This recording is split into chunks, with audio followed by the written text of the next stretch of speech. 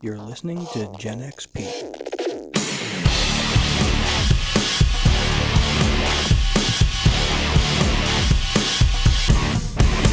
Let's talk games. So this is Ryan's interview. So this is Ryan, and Guy and Alyn are going to be interviewing me for the second interview. Right. So we can find out all about you.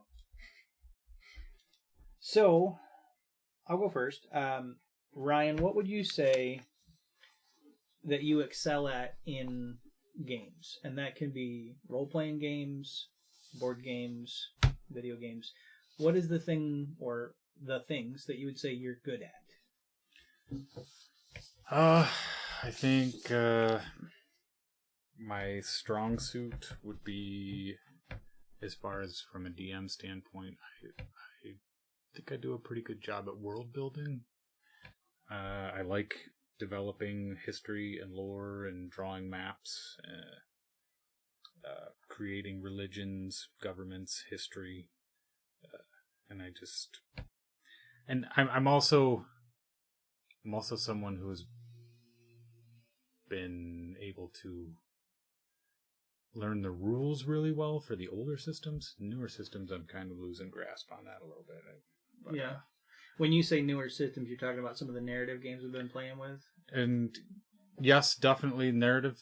I mean, because the rules are just a lot more simple. There's not rules to handle, but also with 5th edition, there's just all these little tiny differences in the rules that I'm not sure which rule is right and which rule is wrong anymore. Right, because you get some of them that are reflex. Yes. Almost. Like Yeah, you've known this for absolutely. so long that why would you check it, right? Right. Yep, I agree. So, based on, everything that you just talked about, and talking about dungeon mastering was the thing that you like about a game, do you have a favorite campaign or that you built? That I built? Well, that caught me off guard. Because I was going off favorite campaign. Okay. Then not That that I you built. built. Do you have a favorite campaign? We can get to that one later. I'll give you some time to think about it. Alright. Actually, Guy's campaign for it was Tursk. Mm-hmm. That was probably my favorite campaign. The city campaign where I played, well, at that point in time, was it mage thief? Was it wizard rogue? I'm pretty sure that was 2nd edition. It was 2nd edition. Because that was back when if you were multi-classed, you had to level them both at the same time. There was no splitting and stuff like that. But at any rate, I had my own tower, I had an apprentice, I had a collection of giant skulls. We were based in a city, and we would plan these little outings, and I would always be prepared for these little outings, and it was really cool playing a wizard that had the time to prepare which spells he could take with him into a particular battle and then just own the battle. And I remember Alyn was playing a swordsman type, and we had a couple floaters like Jeremiah and Tom in and out for some other interesting aspects. But that One of was the most memorable moments in role-playing happened in that campaign. which cartoon. I'm just stupid sometimes. Or that. Well, that was all kinds of Tom fun. Second, and I'm going to ask a question. So, book, movie, TV show. Give me something that you'd list as a major influence on your gaming. That would probably be just Tolkien all around, like straight up from. And you love the movies more than the books, from right? No. I know.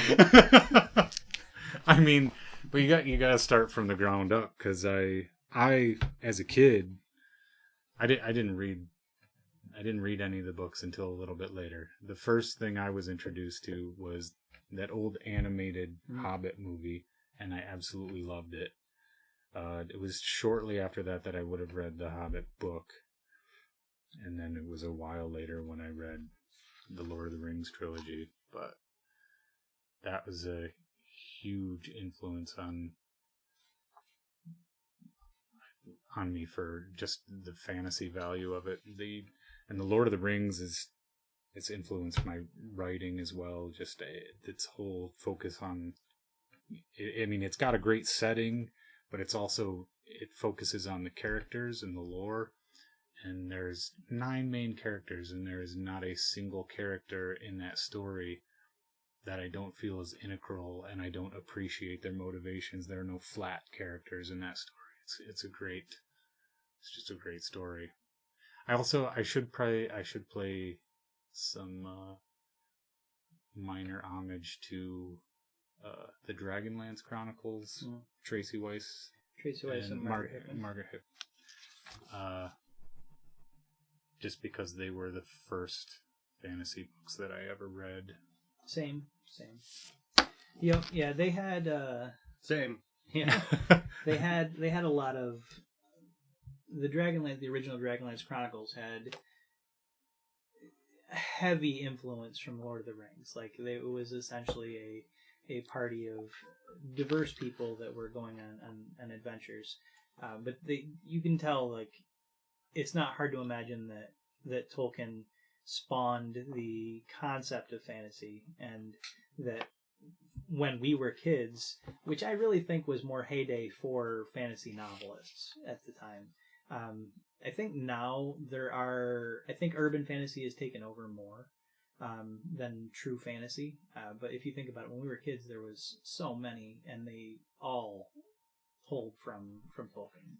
Absolutely. No, makes sense. Yeah, the 2D animated Hobbit movie, which they used to show us in school. And they did. Never really explained why they were showing us in school. I think it was mostly just to keep us busy. It was like every holiday. Yeah. Before we would go on vacation or whatnot, it would be the last day of school. They'd have nothing planned, so they just showed the Hobbit for some reason. Which it would have been great if they had gone into like talking about like the literary value of this, or like story or plot lines or character development, because it did have that. At least you guys got that. I mean, my school always showed Old Yeller or Where the Red Fern Grows or some sad dog movie. Yeah, we used to. Ryan and I went to the same elementary school, but yeah, we watched The Hobbit all the time in school. And way back then, with poor animation, and it was still better than a 3-movie disaster that was made many years later. We can talk about how much you love the Hobbit movie at some point. The Hobbit movies.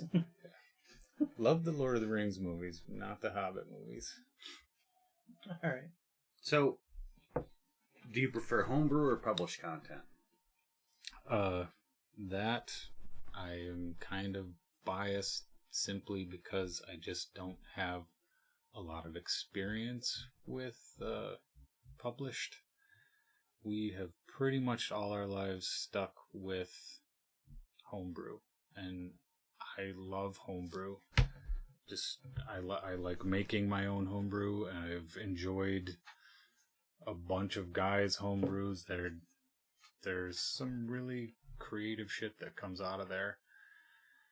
But one thing I think I've noticed though is, as we're starting to experiment with more of the published stuff, is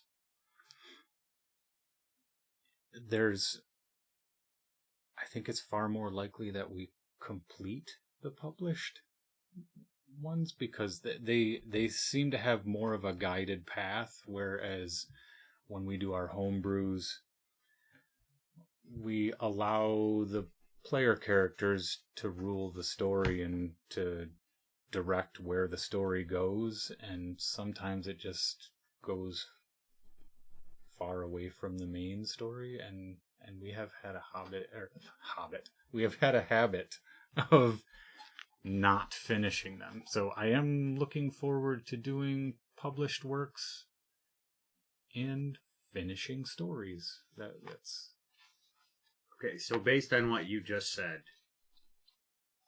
do you feel that you could take a published story and start it, but have the characters drive it off somewhere else, go left, and then homebrew the rest of it? Would that be something that you might like? I don't know if I would like it. I could see it happening. But, But why? I mean, wouldn't you like the fact that if you like the homebrew... I like making the homebrews. It's when a story goes off its rails, it's a scramble to recover for me sometimes. I'm not the greatest at improv. So at the end of a session, I may have to rework entire parts of my story based on where the characters have gone. If that's the way a published work is going to go, then why bother using published work? Let me jump in for just a second, just for context for our listeners. When Ryan says that we've been doing homebrew most of our lives and only recently got into published content, what we have, our group, the three of us, in addition to a few of our close friends that also play, we've played Curse of Strahd. We've been playing the Dragonlance. Was it Curse of the Dragon Queen? The Dragonlance game, and then we have a little bit of time into Icewind Dale as well. I think we're 4 or 5 sessions in, so we don't have a ton of published content experience. We have looked at a lot of them. We haven't done a lot of them yet. I just wanted to throw that context out there. It's an interesting question, Alan, as far as like if you started with something and then diverted wildly off. But let me clarify a little bit then. Would that make... Okay, so you said there's no point in doing the published content, and I can understand that because at that point was the plan. But doesn't it basically turn into a homebrew at that point? Wouldn't that make... Would that make you more content, I guess, is what I'm asking. Would you like that more? Because the things that I enjoy most about making my homebrews are the pregame. I like making them.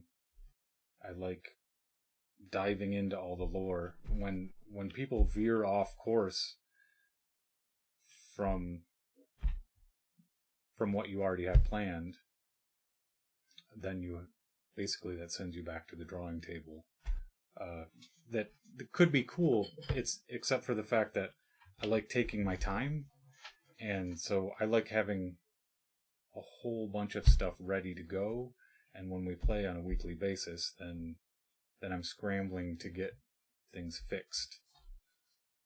I can see the idea of starting with a published campaign that doesn't run up to like 20th level, and when you finish that, but wanting to keep playing those characters, maybe veering off at that point. That would be neat. If you veered off too early, most of the published things that we've seen, and I'm only saying this based on what I've seen so far, if you veered off too early, most of the published things would feel like you left something undone. Like there would be a story that was happening without you that you'd be very aware of. And that's okay, but like, for example, Alan is running Icewind Dale right now. If in this next session, where we haven't even truly started the true part of the story yet, if we said, it's too cold here, and we just left and went to Calimport, it could be done, but we would know, both our characters and as players, that the people of Icewind Dale were suffering still, and that there was a curse going on, and it would feel like you left something undone, to me, in my opinion. But it's a neat idea. That goes back to my whole idea of I would like to complete a story. I would like to get to the end of a story. And based on what I've seen online, watching all the different live plays and listening to the podcasts and all of the people out there, I think that anybody listening that has played as well will probably agree that it's rare to finish a homebrew game. They just kind of go until they don't go anymore. But I agree. It'd be nice to finish things. And I think what some of the narrative games that we play do well is they have beats, so you finish things, and there's no real end goal. What do you think, Alan? I think I got a lot more questions now that I could ask you guys if I got to be honest with you. Okay. But anyway. Boy, bring it on. Ryan, what is your origin story for tabletop?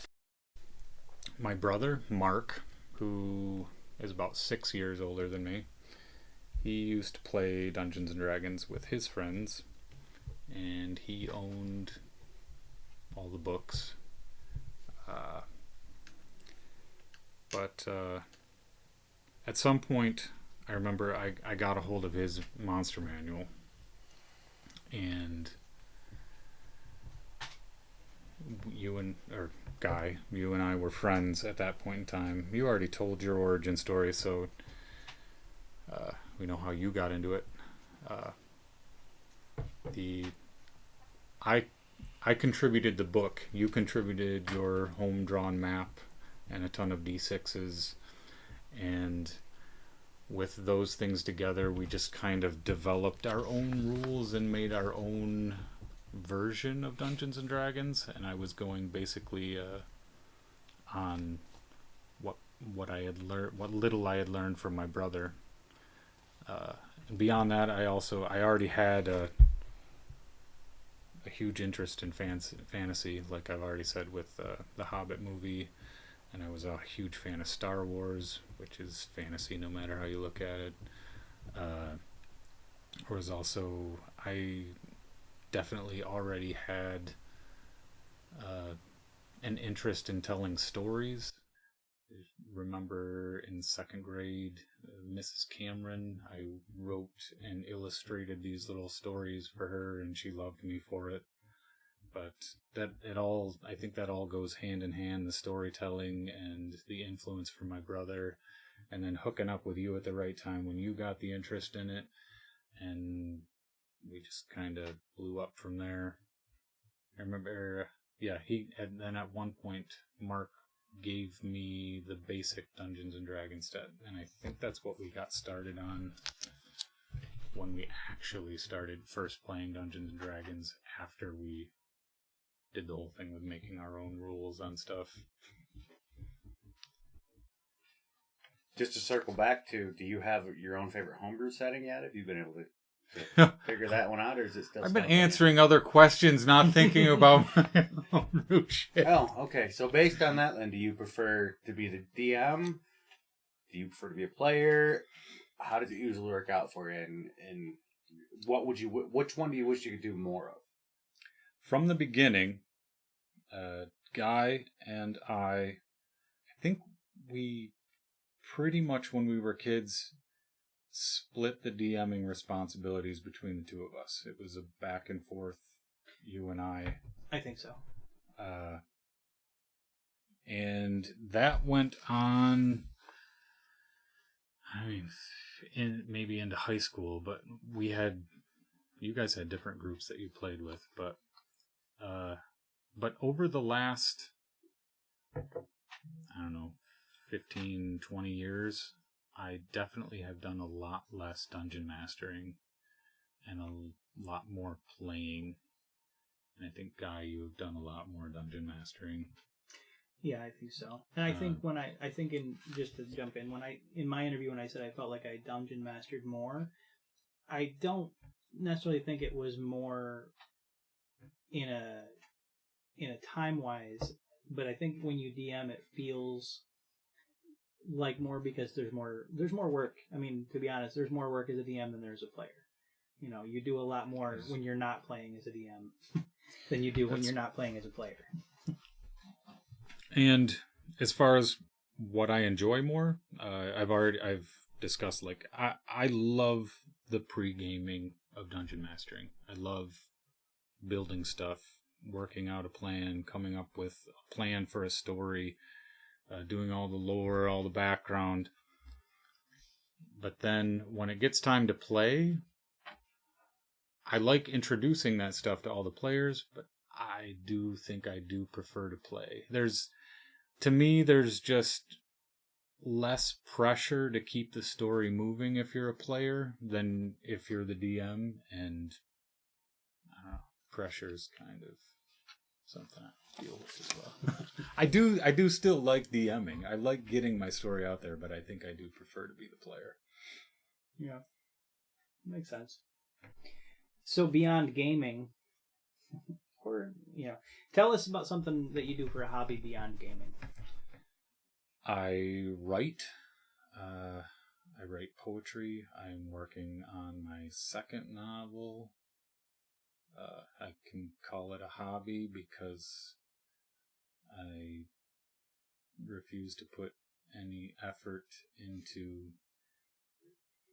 social media or anything, or getting any kind of word out about my writing. But I do have, I guess I have a published novel, and I plan on publishing my second one next year, along with a compilation of poetry. So that's cool. And writing probably plays well into your pregame stuff. Absolutely. It's basically the same thing, right? Absolutely. Makes sense. Makes sense. What's your favorite setting for a campaign? Favorite setting? Sci-fi, fantasy, urban, modern. I'm definitely a high fantasy type of person. I love magic. I love monsters. Like I said, some people don't want to look at it that way, but I've loved Star Wars my whole life, and I see Star Wars as a high fantasy setting, just set in space with some technology. It's got monsters and sword fights and magic. And absolutely. I have a question. I want to actually jump on this question. Would you consider Tolkien to be high fantasy? No. There is actually, it's a pretty much a low magic setting. It has all the other good stuff, and there is a little bit of magic, but I think both in the books, more in the books, honestly, because I think he did it on purpose. But I think I think you're right. I think it is a low fantasy or low magic, but I think it's implied high fantasy because the magic happened off screen, if you will. In the books, a lot of the big magic things have already happened. Yes. Oh, absolutely. If you read the Silmarillion, that deals with a whole origin story with God and everything. There's a lot of magic in that, but yes, it has definitely. By the time of the Hobbit and the Lord of the Rings, magic is leaving the world. So, and I think that actually is where they lead with the end is. With the end of the Lord of the Rings is with the elves and magic are leaving the land. Mm-hmm. So here's a simple one for you, just because let's not assume. What's the difference between high fantasy and low fantasy? Didn't we just go over that? No. I mean, well, kind of, but just to spell it out. Explain it. Spell it out. To me, low fantasy, would involve like some fantastic creatures, maybe some unexplainable things. High fantasy is crazy wild magic, crazy wild creature. It's just so how about examples? What maybe that'd be easier. Examples of high fantasy and low fantasy. I think I understand what high and low fantasy are, honestly, based on what you guys are saying. In the conversation that you had, I would assume high fantasy is something with a lot more unexplainable magic or powers that somebody possesses, whereas low fantasy is more, I wouldn't say modernized, but it's more, you work for it. There's not a lot of unexplained phenomena. There's not a lot of sorcery, spiritual, not just unexplained things don't happen as much. It's I put the work in and I did it. That's the take I got on it, and I don't know which is which. That's why I was asking. And I think I don't know. I personally see it more as a scaling thing, like something that's fantasy that is almost believable, I guess, would be lower fantasy. Something, the more magic and fantastic creatures you introduce, the more towards high fantasy you go. But maybe you have a more definite definition for it. I agree. No, I agree. I do think it's a scale, and I think one thing that you can point to in modern media is Game of Thrones is low fantasy, despite the fact that there are dragons and White Walkers, and there is a small amount of magic.